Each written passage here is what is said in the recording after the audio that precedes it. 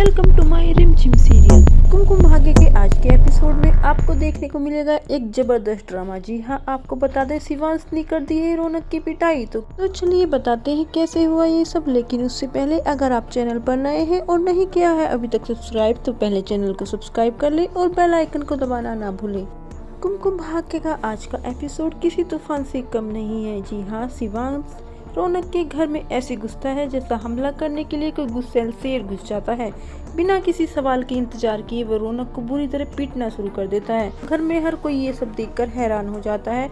सब लोग शिवांश को अपनी ओर खींचने की कोशिश कर रहे होते हैं, लेकिन वो नहीं रुकता और गुस्से में बेकाबू रहता है। मयंक और कांति बीच में आकर बीच बचाव करते हैं। कांति शिवांश को शांत करने की कोशिश करता है। शिवांश, बस करो, क्या तुम पागल हो? ऐसे लड़कर तुम्हें क्या मिलेगा? छोड़ दो उसे प्लीज, वह गिड़गिड़ाता रहता है। लेकिन शिवांश जैसे कि आज वो रौनक को छोड़ने के इरादे से ही नहीं होता है। वो उसे चेतावनी देता है कि तुम्हें पता नहीं है कि तुमने शिवांश की बीवी पर नजर डालने की क्या कीमत चुकानी पड़ती है। आज मैं तुम्हें ये सब बता के रहूंगा। आज मैं तुम्हें वो तमीज सिखाऊंगा जो तुमने कभी नहीं सीखी। प्रार्थना ये सब खड़ी होकर देखती रहती है और तभी उसके मन में हंगामे से कुछ देर पहले की घटना याद आती है कि कैसे रौनक से मिलने गई थी। रौनक उसे वापस पाने की उम्मीद में उससे फिर से अपने प्यार का इजहार करने की कोशिश कर रहा था, लेकिन मैंने कैसे से जोर थप्पड़ मार दिया था और कैसे उस थप्पड़ से उसकी उम्मीदें हमेशा के लिए खत्म हो गई। प्रार्थना सोचती है कि मैंने कैसे से कहा था कि तुम्हारी हिम्मत कैसे हुई ऐसा करने की, और वो रौनक पर चिल्लाती है। फिर उसकी आवाज कांपती है, लेकिन फिर भी वो अपनी बात जारी रखते हुए कहती है, मैं तुम्हें केवल यहाँ ये बताने आई हूँ कि मेरे पति के खिलाफ साजिश करना बंद करो।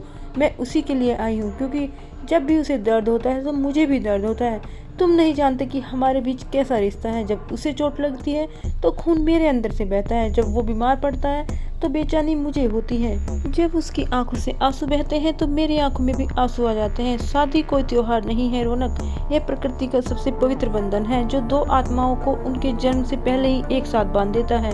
रौनक, तुम क्या हो गए हो? अब तुम कौन हो? तुम पहले कभी ऐसे नहीं थे। मैं तुम्हें कैसे समझाऊं?